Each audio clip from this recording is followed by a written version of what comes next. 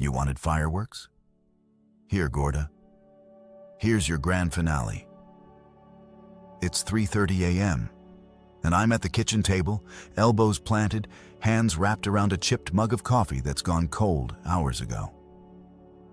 I'm not drinking it anymore, just holding on to something that used to bring comfort, like habit, like routine, like a marriage I thought I understood. I stare into the dark liquid, bitter and stale, and wonder at what exact point did my life morph into a parody of a country song. You know the kind. The dog runs away, the truck breaks down, and the woman you love starts wearing someone else's cologne. Only this isn't a radio tune. It's the unraveling of 15 years of my life. The house groans softly around me. It's old, the floorboards noisy, the plumbing a little moody. I've always told myself I'd fix that squeaky front door one day. Never did. Now it feels symbolic, like I'd been ignoring all kinds of creaks in my life, hoping they'd just quiet down on their own. Sleep. Haven't seen her since Jessica started her fitness journey. She's been coming home later and later, dressed to end and reeking of someone else's aftershave. It's subtle, but only if you're not looking for it. I was slow to see it. But once you start paying attention, the lies glow neon. Name's Eddie Malloy. I build homes for a living. Used to believe I'd built one of my own. 15 years married to a woman who once looked at me like I was the punchline. And the promise all rolled into one. We had 2 kids, decent grades, softball practice, Sunday barbecues. I ran a small construction outfit. We weren't flashy, but we were steady. At least I thought we were.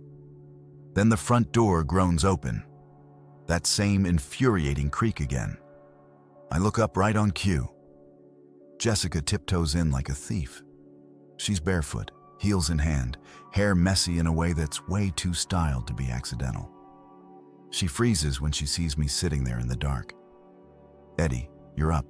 Her voice is soft, forced, casual, like she can talk her way out of this with a gentle tone and a tilted head, like I'm some idiot she forgot taught her how to read a blueprint. "Couldn't sleep," I say, voice flat. "Thought your work trip was tomorrow morning." She swallows. "It got canceled. I texted you."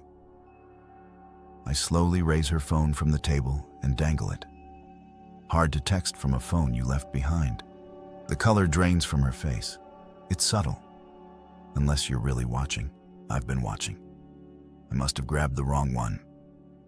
She says quickly, stepping forward, hand out. I pull it back. Weird. This one's been buzzing all night. Duke's wondering when you're coming back to bed. That hits.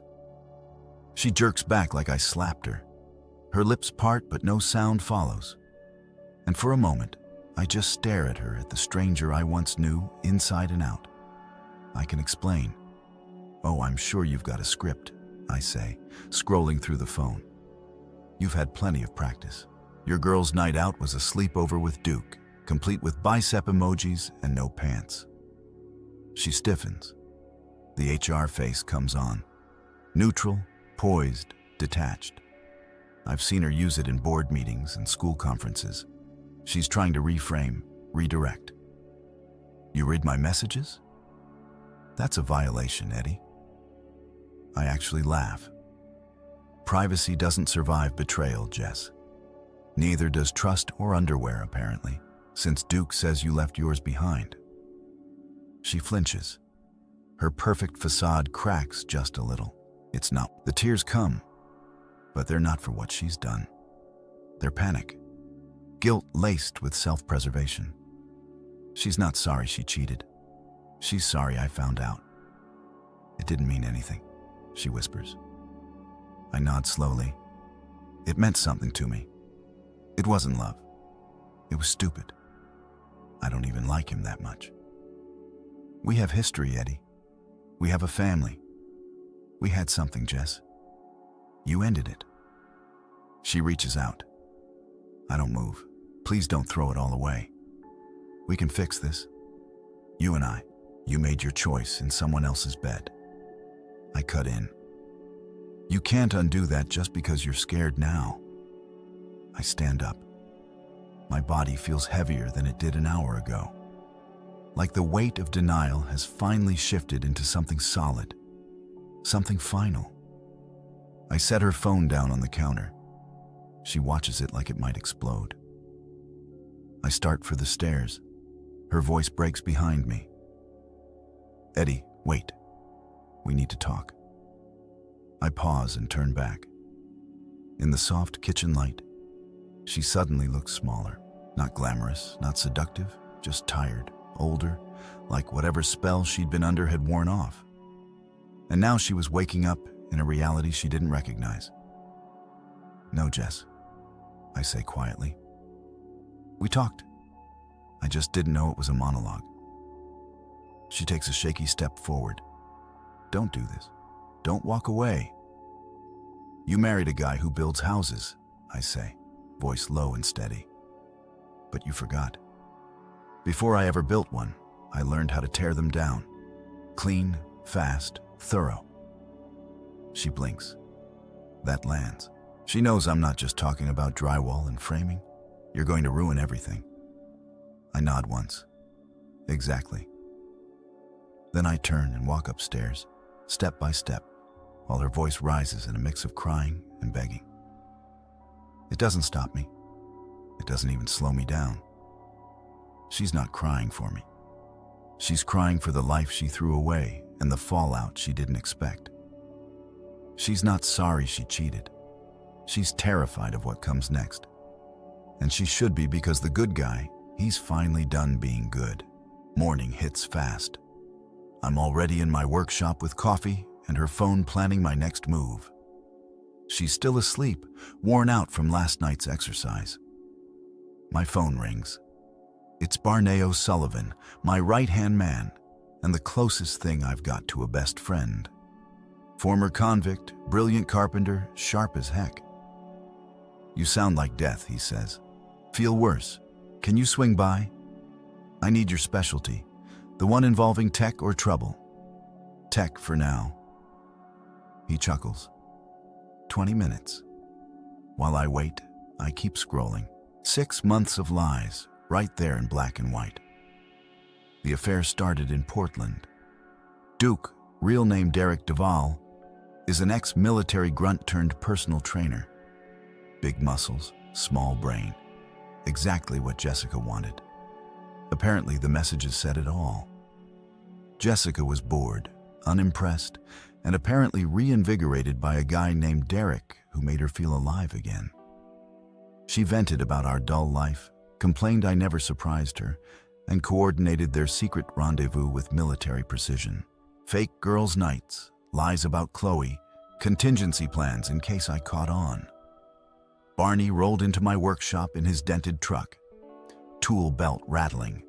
He's 55, short and solid, with the kind of hands that can build a deck or disable a security system. Jail taught him more than trade school ever could. Man, Eddie, you look wrecked. Close. Wife's cheating. Guy calls himself Duke. Barney's jaw tightened. To him, adultery was almost unforgivable. That Ice Queen finally slipped. I handed him Jessica's phone. I need a clone. Copy everything without her knowing. Barney grinned, already studying it. iPhone 12, easy job. What's the game plan? Collect proof. Then I make sure Duke learns what it feels like to be on the wrong end of a surprise. You're going full-on vengeance. She wasn't sorry last night, just scared she got caught. As Barney tapped away, I called Tom Henderson, my lawyer and a longtime friend. I'd helped renovate his office for almost nothing, so he owed me one. Eddie, how's the family? That's actually what I'm calling about. Hypothetical divorce talk. Tom got serious. All right. Hypothetically speaking, let's say there's proof of an affair. How do you protect assets? You'd want to gather as much evidence as possible. Maine's no fault, but adultery still influences alimony and custody. Messages, receipts, anything showing shared money spent on the affair, hotels, meals, whatever. How long do you collect? Long enough to build a clean, undeniable case, but not so long it looks like you accepted it. I hung up. Barney handed me the phone and a second device, an exact clone. This baby tracks everything.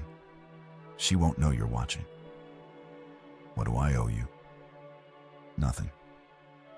But when it's Duke confrontation time, I'm coming. Barney, don't worry. No fists, just a friendly chat. His grin made me almost pity Derek. Almost. Back inside, Jessica acted like nothing happened. Fully dressed, fresh coffee, fake, cheerful tone. Morning, honey. Sleep okay? Like a rock. Found your phone on the counter. She grabbed it, scanned the messages, smiled at Duke's overnight texts until she remembered I was standing there. Anything interesting? Just work stuff. Sure. In my pocket, her clone buzzed, still thinking about last night. Can't wait for round 2. She kissed my cheek. I'll be late. Team dinner with the office. Enjoy. She would. As her car pulled away, Mrs. Keene next door waved me down. 75, sharp as a hawk. Morning, Eddie. Jessica's leaving early again, huh? Work things. Funny. I saw a big guy drop her off yesterday morning. Black pickup. Looked like a wrestler. My pulse spiked, but I played it cool. Client, maybe. Could be. She looked awfully cozy with him. Just thought you should know. Appreciate it, Mrs. Keene. Back inside, I checked the clone. Duke had texted his address and asked when she'd arrive. So much for that team dinner. I sat down and started compiling. Names, dates, receipts, locations, a full audit of her betrayal. Tom was right. Proof matters. But this wasn't just about court. I was building something much more satisfying, a trap. 4th of July in our town looks like a postcard. Flags waving, kids laughing, burgers sizzling in every yard. But this year, the real fireworks are mine. I'm driving the lead truck for Malloy Construction's float. Nothing special, just my guys tossing candy. But what makes today different is that Jessica and Duke decided to go public. Subtlety's hard when you're 6'3" and jacked, strolling next to a giggling married woman in the sundress I gave her last anniversary. Barney rides up front, calm as ever, keeping tabs. In the back, Mike, Tommy, and Big Jim. My crew knows this isn't just a parade, it's a performance. There they are. Barney nods. Your wife and Captain America right by Murphy's Hardware. Prime visibility. Chloe's there too, playing lookout like always. Stick to the plan, I tell Barney. Nothing illegal, nothing we can't explain. Scout's honor, he smirks, though I was never technically a scout. As our float rolls down Main Street, I spot him. Duke. He nudges Jessica and gestures toward me behind the wheel. She freezes, but he just grins and wraps his arm around her like he owns the place. I bring the truck to a slow stop, pretending to let kids scoop up fallen candy. Duke sees an opening and strides over. Eddie Malaloy, right? Derek Duval, we should talk. Half the town is now watching, ears perked. Perfect. Talk about what, Derek? About how your wife deserves better than whatever you've been giving her. Unreal. He's bragging about the affair like he's doing community service. Jessica tugs his arm, but he's too busy playing alpha. She told me everything. How you're dull. How you don't meet her needs. Good thing she found someone who can. The crowd's buzz grows louder. Even Mrs. Keene's recording like it's breaking news. That right? I step down from the truck. What exactly has she been missing? Passion, excitement, a real man. I chuckle loud and sharp. You talk about her like she's furniture, not a person. Says a lot about your idea of real. I take what I want, he sneers. Then he makes his move, shoves me hard into the truck. Phones are out now, catching every second. She's mine now. Deal with it. I straighten calmly. Good point. Let's deal with it. I nod at Barney in the cab. He hits the remote. Boom. The first cannon explodes in red, white and blue confetti mixed with glitter and a custom stink bomb Barney brewed up himself. Smells like rotten skunk eggs and despair. Duke gags, stumbling right into cannon too. This one launches sticky-dyed paper soaked in syrup. He slips, arms flailing, and face plants straight into a pile of horse manure left by the parade's mounted unit. The crowd bursts into laughter. Phones flash, kids cheer, adults clap. Mrs. Keene films like she's covering the Olympics. Duke rises, drenched in paint, glitter, and filth. He smells so bad people are backing away. "Oh no," I shout. "Must have misfired. You all right, Derek?" He blinks through the mess, stunned. Jessica looks mortified. Chloe's slipping around trying to help. Barney yells from the truck. These old surplus cannons never reliable. I walk over and offer my hand. "Need a lift?" He hesitates, but takes it. I lean in and whisper, "Touch what's mine again, and next time you won't get glitter." His face drops. He knows this wasn't random. "You're insane," he mutters. I smile. "Shh. Kids watching. Phones keep rolling. His humiliation is now public record. This isn't over," he growls. "No," I reply. "It's just getting started." Paramedics arrive to check him over. Nothing hurt but his pride. Jessica stands nearby, stained and silent. Chloe is live streaming every second. As the truck pulls away, I wave to the crowd like royalty. Mrs. Keene texts me, "Best parade ever. 50 shares and counting." By nightfall, Dererick will be internet famous for all the wrong reasons. And Jessica, she'll be known as the woman who comforted a man who smelled like a compost bin while her husband smiled and drove off. Sometimes you don't need revenge, just the right stage. And today, Duke got a full Broadway production. 3 days later, Derek's still simmering. The cloned phone reveals his text to Jessica. Rage threats, promises to make me pay. He doesn't get it. I'm always ahead. It's almost midnight when Barney calls. Voice sharp. "Eddie, get down to the Morrison site now." What happened? Someone wrecked it. Tires slashed, threats painted, tools ruined. Pro job, real quiet. I'm dressed and out the door in minutes. The Morrison build is our biggest project. A custom home on the edge of town. When I get there, my gut sinks. Every piece of heavy machinery is damaged. The work trucks are trashed. The tool trailer's been torn open. Concrete powder is everywhere. Coating gear that'll never work again. But the final touch, spray painted across the trailer in big red letters. Malloy is a dead man. Barney stands in the middle of the destruction, holding something. "Found this stuck on the fence," he says grimly. It's a torn scrap. Black fabric with a gold emblem, the same design plastered across the shirt Dererick wore in his last gym selfie, flexing like he runs the world. The caption, "Handling business like a real man." "Amateur hour," I mutter. He's seen too many revenge thrillers. Barney frowns at the damage around us. "What's the plan here, Eddie?" "We're looking at weeks of delay." My mind's already moving. Derek wanted to raise the stakes. Fine. He just crossed a line he shouldn't have. This isn't just my paycheck. It's how my entire crew feeds their families. He didn't just attack me, he hit all of us. Get the guys here within the hour. Phones, gear, whatever they need for an all-nighter.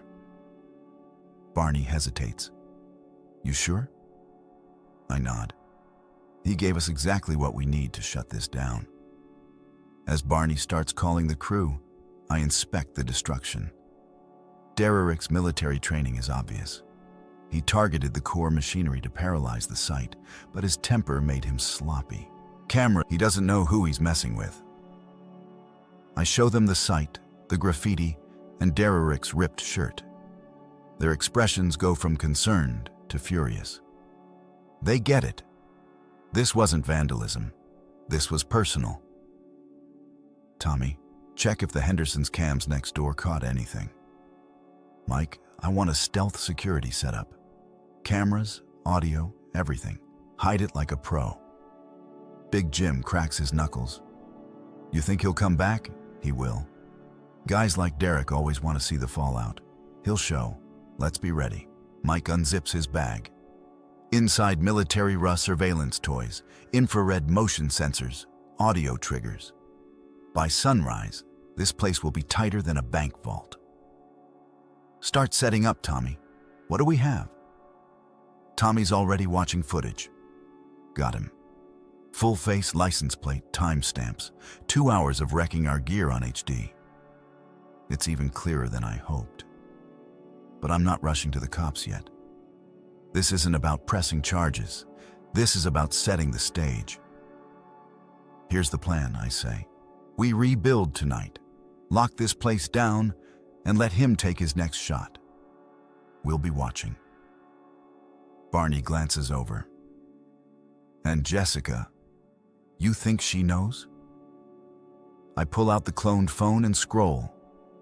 Dererick's been bragging to her about putting Eddie in his place and promising to end the builder problem for good.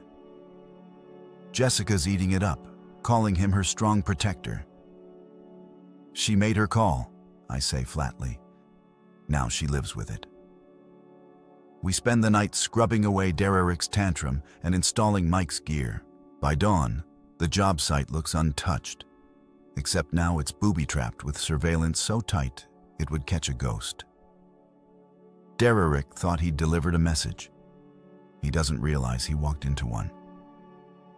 As the sun rises and the team heads home for rest, Barney stays behind and pulls me aside.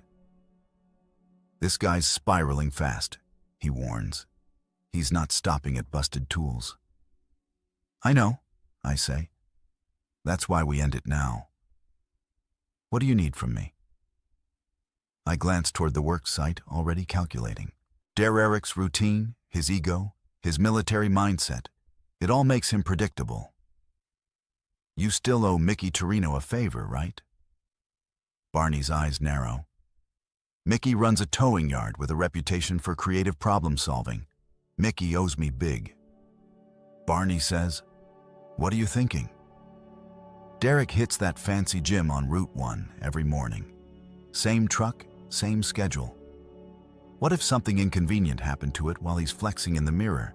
A mechanical hiccup, something expensive, something humbling, something that strands him just long enough to reflect. Barney grins. I'll make some calls. I head home, the cloned phone buzzing in my passenger seat. Derek just messaged Jessica. Phase 1 complete. He can't protect anything. Phase 2 starts tonight. I pick up my real phone and text Derek directly. Appreciate the fabric. My lawyer says it's solid evidence. See you soon. Moments later, he's calling Jessica in full-blown panic. I power off the clone and let him sweat. The nice guy's gone. I'm not just playing anymore. I'm playing to win. The next morning, Derek's black pickup sits steaming on the side of Route 1, hood up, helpless. He's in gym gear, pacing angrily, while Mickey Torino's tow truck hoists the vehicle like a trophy. From across the street, I sip coffee in my work truck. Barney beside me, both of us watching. Mickey outdid himself, Barney says with a smirk. Sugar in the tank, please. This was surgical. Cooling system, starter, electrical. He made it look like the truck aged 20 years in 5 minutes. And no trail? None. Mickey could have taught Houdini a thing or two. Dererick's on the phone, clearly calling for help. The cloned phone shows Jessica already texted him back. Can't leave work. Deal with it. His backup plan. Rideshare. Too bad that stretch of Route 1 just happens to sit in a known signal dead zone. One that barely allows calls, but no data. He's stuck, stranded, steaming like his truck. Barney chuckles. Think he's starting to get it? Maybe, but if not, I say. Lesson 2 is already in motion. So much for his big master plan, I mutter, watching from the truck. Barney raises an eyebrow. He had a plan. Phase 2, according to his texts. I pull up Dereric's message thread on the clone phone and hand it to Barney. He was going to shadow me today. Follow me around to job sites, track my habits, prep some kind of ambush for tonight. Surveillance, intimidation, the usual tough guy routine. Barney squints at the screen. Hard to play secret agent when you're stranded in gym shorts on the side of the highway. Before either of us can add more, my phone rings. It's Tom Henderson, my lawyer. His voice carries the tone of someone holding a royal flush. Eddie, he says, sounding charged. Remember that little hypothetical we've been walking through? Yeah, well, that theoretical evidence you provided, let's just say it's more than sufficient. In fact, I'd say it's the perfect moment to shift from what if to let's go. I lean forward in my seat. Talk to me. You filed today. She's served before dinner. Given the documentation, vandalism, misuse of joint funds, infidelity, you're looking at keeping the house, full custody leverage, the business, and she might even end up paying you spousal support. Also, her boyfriend. He's on the hook for multiple charges: criminal mischief, harassment, destruction of property. I glance across the street at Derek, still arguing with Mickey, who's unbothered and casually sipping his Dunkin' iced coffee, while a trooper scribbles a ticket for obstruction. No more hypotheticals, Tom. File it. Let's go all in. You absolutely sure? I've never been more certain of anything. I hang up just as Barney elbows me gently. Look who decided to show up. Jessica's silver crossover pulls up behind the tow truck. Her movements are tense as she steps out, like she knows she's walked into something that can't be undone. Dereric immediately launches into animated gesturing, probably spinning a tale where he's the poor victim in some grand scheme I've cooked up. She keeps glancing over her shoulder, visibly rattled. Barney watches, arms folded. Feel like making an appearance? I shake my head. No need. They're heading this way. Sure enough, after Mickey finishes towing the truck away with Dereric's ego trailing behind in pieces, Jessica drives him straight to our job site. They're easy to read. He's fuming and she's clinging to damage control mode. We're mid-renovation on the Hendricks house. My guys pause when the car pulls up. They recognize Derek instantly. The air shifts thick with tension. Dereric charges across the site, still in gym clothes, flushed and furious. You think this is funny, you smug bastard? What the heck did you do to my truck? I don't even glance at him, focused on adjusting the foundation frame. Sorry. Are you speaking to me? Because I've been here since sunrise. Ask the crew. Cut the crap, Eddie. First the parade, now this stunt. You've been screwing with me, and it ends today. I stand slowly and finally face him. Behind me, my crew suddenly steps forward, Mike's arms crossed, Tommy watching silently, and Big Jim cracking his knuckles with deliberate calm. Derek may be strong, but he's clearly outnumbered and out of his depth here. Truck trouble, huh? I say. Maybe next time don't leave it parked in the middle of nowhere. Happens to the best of us. You think you're clever, don't you? Jessica gets out of the car now. She looks paler than I've seen her, eyes darting, posture shrinking. This isn't the Derek she imagined, the confident, composed protector. This is someone different, unstable, Loud, dangerous. "Derek, let's just go," she murmurs, almost pleading. "No, this ends now." He steps closer, puffed up with testosterone and adrenaline. But before he gets too far, Big Jim positions himself between us. "Problem here, boss?" he asks calmly. Jim is 6'4", 280, and looks like he could carry a refrigerator up 3 flights without breathing heavy. Derek sees the wall he's walked into. "No issue," I reply without looking away from Derek. He was just leaving. Derek pulls out his phone and waves it like a tool. "I'm calling the cops. You've crossed the line. Harassment, vandalism, threats. Hope you're ready for cuffs, tough guy." "Great idea," I say with a smile. "Call them."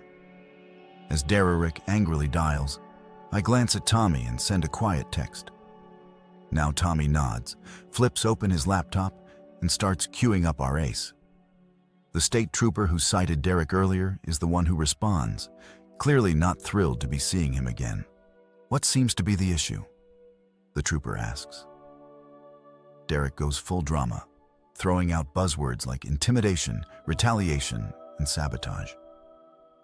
He's got the tone of a man expecting sympathy, or at least doubt. Jessica, standing behind him, watches it all. She's not saying a word now. Before the officer can jot anything down, Tommy steps forward. "Before you hear anything," he says respectfully, "you might want to check this." He turns the laptop toward the trooper. The screen displays crystal clear footage of Derek 3 nights ago smashing equipment, spray painting threats, and causing thousands in damages. The camera angle is perfect. The lighting is pristine. The timestamp seals it. The cop's whole demeanor shifts. "Mr. Duvall, that you in the video?" "Wait, this isn't. You're under arrest for felony property destruction, criminal mischief, and making terroristic threats." Jessica gasps as the cuffs go on. Derek rants, accuses us of setting him up, but it's over. The evidence is inarguable, and the handcuffs are real. As they walk him toward the cruiser, Jessica turns to me, eyes filled with disbelief. "Eddie, I swear I didn't know. I didn't know he did this." I open the cloned phone and show her her own words. Texts praising Derek for teaching me a lesson, telling him how strong and protective he is for handling the Eddie problem. "You sure about that?" I ask coldly. Her expression collapses, and she finally sees just how much I've known and how far ahead I've been. "We need to talk," she whispers, voice cracking. "No," I say, handing her a thick envelope. "We need legal representation. You've been served." She stares at the divorce papers, stunned like they're in a language she can't read. Behind her, Derek screams my name from the patrol car window as it drives away. "Eddie, please don't do this. We can fix it." I shake my head. "We could have fixed it when you were honest. Before you picked a narcissist over your family. Now you get to explain to the kids why mommy's boyfriend is in jail and daddy's done being your doormat." As Jessica pulled away, clutching the divorce envelope with trembling hands and tears streaking her face, Barney gave my shoulder a firm squeeze. "You think that's the final act? With Derek sitting in a jail cell and Jessica officially served? That part's closed, but the whole saga far from over." My phone buzzed. A message from Tom Henderson lit up the screen. "Heard about the arrest. Perfect timing. Couldn't have scripted it better. Court's going to be brutal for her." Turns out sometimes the good guy doesn't need to fight dirty. He just waits patiently while the bad guys set their own traps, then hands them the rope and watches them trip. 2 weeks later, Derek was out on bail and radiating pure fury. The cloned phone, still undetected by Jessica, painted a clear picture of their unraveling affair. Derek was livid. She never warned him I was tracking his every move. She, in turn, blamed his arrogance for landing him behind bars. Watching them implode was like front row seats to a slow-motion car crash. But Dererick wasn't backing down. Jail hadn't humbled him. It just made him reckless. His texts, increasingly deranged, hinted at vague but violent plans. I'm going to end this once and for all. He's not going to be a problem much longer. The tone alone made it clear. He wasn't thinking straight.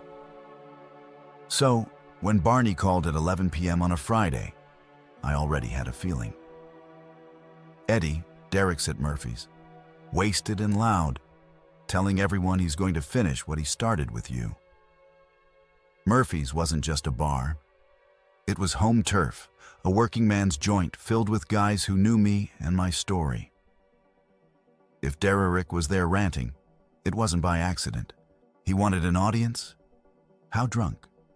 Drunk enough to think he's invincible? Sober enough to still be dangerous?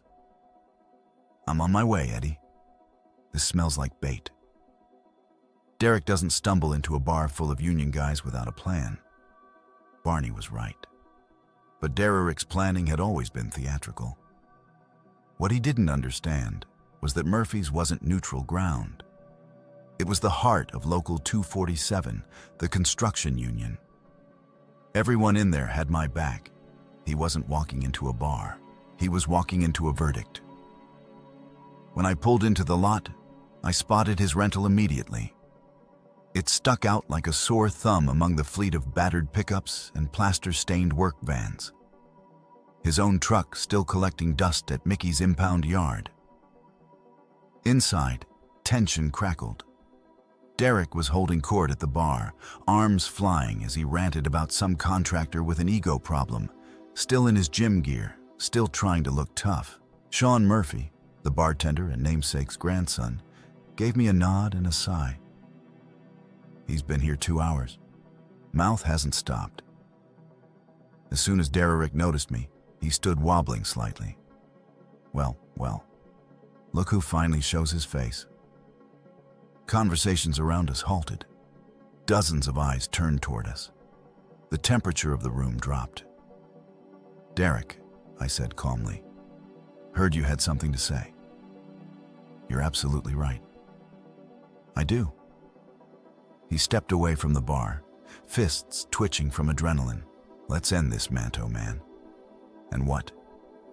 You smashed up my gear, got cuffed, and now you're looking at felony charges.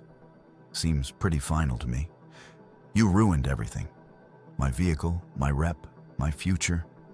Your future. I laughed, loud and sharp. You're talking about my wife, the woman you've been sneaking around with behind my back for half a year. The one who encouraged you to trash my business. That future?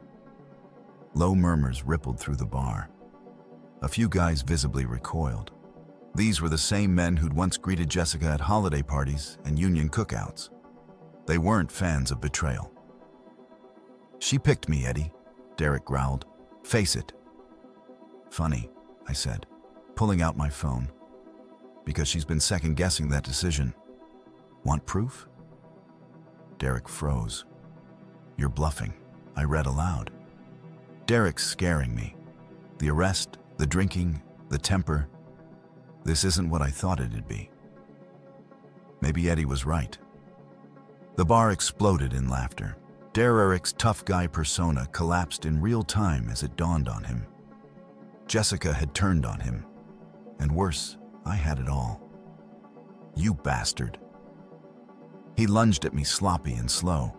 I sidestepped easily, and he plowed into a table full of electricians. Beer spilled, chairs toppled. The spark of a bar brawl flickered until Big Jim stood up. Big Jim was 6'4" of pure granite. He lifted Derek like a disobedient toddler. This is a pub, not a cage match, Jim said coolly. Dererick swung at him. Bad call. Jim caught the punch midair and clamped down just hard enough to make Dererick rethink his life choices. You're going to apologize for the drinks, Jim added. Then you're going to walk out. I'm not apologizing for crap. This is between me and Eddie. A voice cut in from the back. No, This is between you and all of us." Tommy Chen stepped forward. Behind him, Mike Santos, then Barney, then a whole crowd of men Derrick didn't know, but whose loyalty was not in question. "When you trashed Eddie's job site," Tommy said, "you didn't just hurt his business. You threatened our work, our families. That makes it personal." Derrick scanned the faces. They were done with him. This wasn't a one-on-one showdown. It was the entire community making it clear. He didn't belong. "What do you want?" he asked, his bravado cracking. I stepped closer and spoke low enough for only him to hear. "I want you out of this town, this state, our lives. Jessica decided to fix our marriage. You're just the mistake she regrets." His eyes went wide. "She picked you. She picked her kids, her home, her real life. You were just a detour." All the air drained from him. The fight left his shoulders. He turned toward the door, defeated.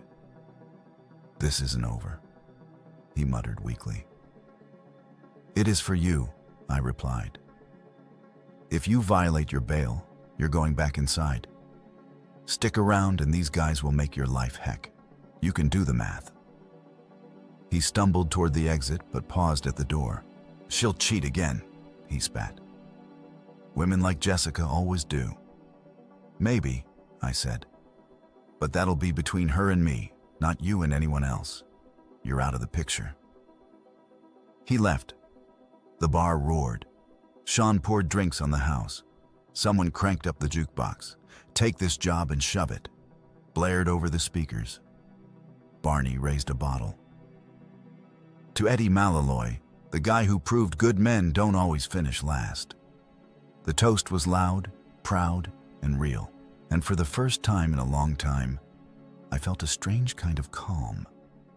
Not joy exactly, but peace. That heavy, hard-earned kind you only get after you fought for something that mattered. My phone buzzed again. "Jessica Derrick's leaving. Says he's done with Maine. Can we talk?" Sean caught my eye. "That your wife?" "Might be," I said. "But one thing's certain. Derrick Duvall's not our problem anymore." The cheer that followed could have shaken the windows. Derrick came looking for a war. He just didn't realize he'd walked into the heart of a town that protects its own. He tried to pick off one man and found himself up against a whole brotherhood. Outside, his rental screeched down the street, fading into the dark. Inside, the party raged on, till last call. And I went home, ready to face whatever was left with Jessica. But that's another chapter. Tonight, the good guy got the final say.